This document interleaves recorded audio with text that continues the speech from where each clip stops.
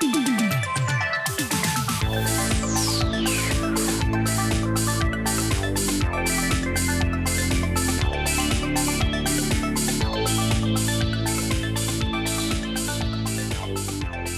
folks, this is Altan from inspiredtourist.com, and today we are going to talk about the Huawei P30 Pro.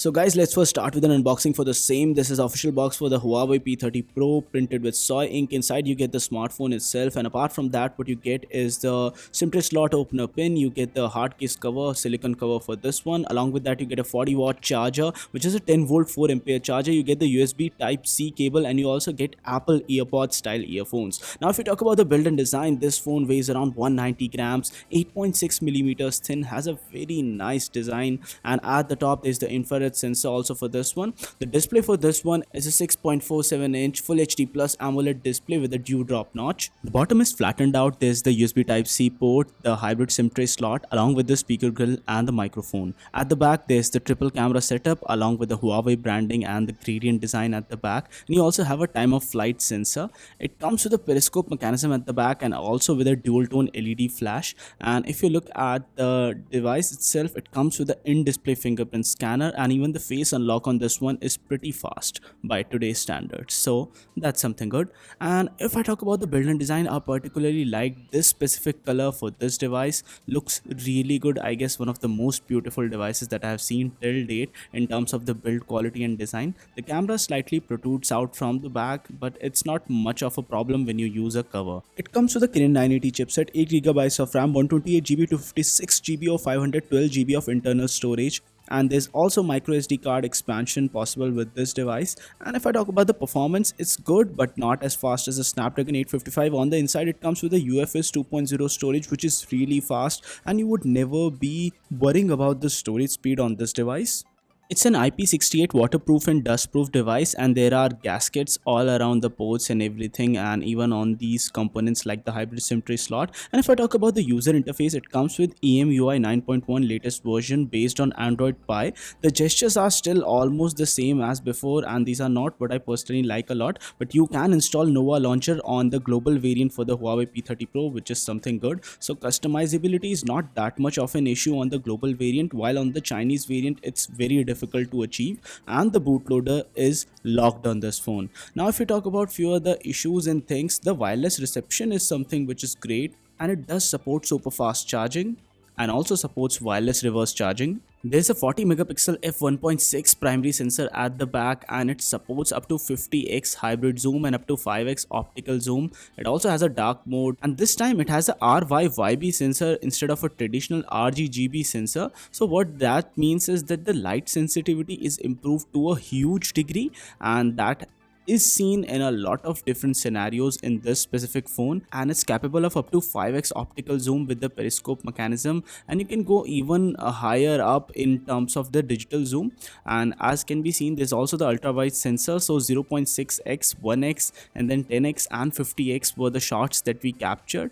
The 50x zoom would be usable if you're using something like a tripod, but to expect really stable handheld shots on that much zoom is really difficult. You can use the ultra wide camera to capture good macro shots, and it's also capable of taking really sharp pictures. The only issue that I have is sometimes the processing looks a little bit too sharp for my liking, and I would have rather prefer the images to be a little bit more flatter, but the detail is definitely there, and some of the images really pop out, and I have to give it to them that they have worked on the camera definitely. So the images all in question came out really good. The 4K video does not seem too good, as it seems like more like an upscaled version of a normal 2K video or something like that. And on the wide angle lens, you don't get much of stabilization while shooting videos. The front camera shoots up to 1080p videos, and there's no autofocus or EIS on this one, so that's also something that a lot of people would miss and won't particularly like on this phone.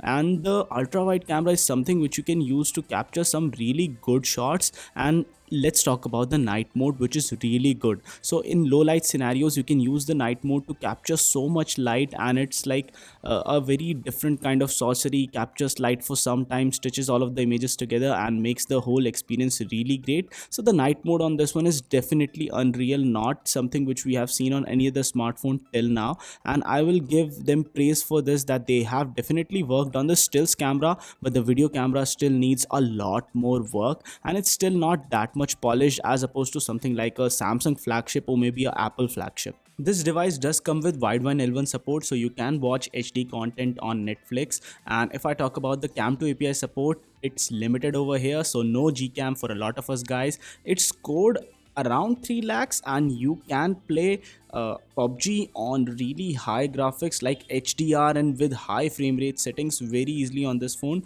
Does not heat up that much, and gameplay was smooth and without much lag. And the fact that you can play all of these games on really high resolution on the AMOLED display makes for a really good experience for a lot of gamers, and it did not heat up much. If you talk about the pricing, it would retail for a price of around 71,990 rupees in India, which is a really high price, and you can pay 2,000 rupees extra to get the Huawei Watch GT worth 17,000 rupees free with this one.